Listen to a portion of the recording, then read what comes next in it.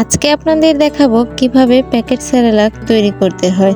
আসসালামু আলাইকুম everyone, welcome back to my channel.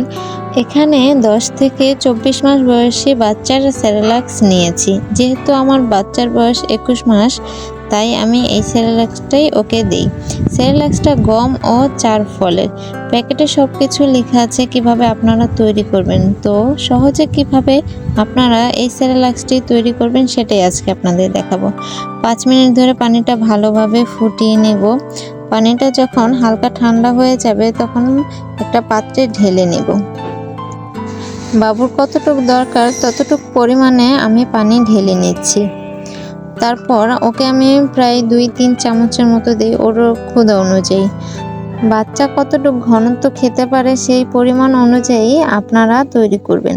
তো আমার বাবু বেশি ঘন খেতে পারে না, তাই আমি ওকে একটু পাতলা করেই সেরেলাক্সটা তৈরি করে বানিয়ে দিই।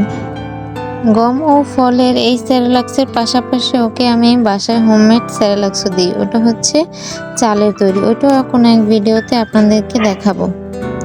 আমার ভিডিও যদি আপনাদের ভালো লাগে অবশ্যই লাইক কমেন্ট করবেন। নতুন নতুন ভিডিও পেতে অবশ্যই চ্যানেলটি সাবস্ক্রাইব করবেন। আসসালামু আলাইকুম।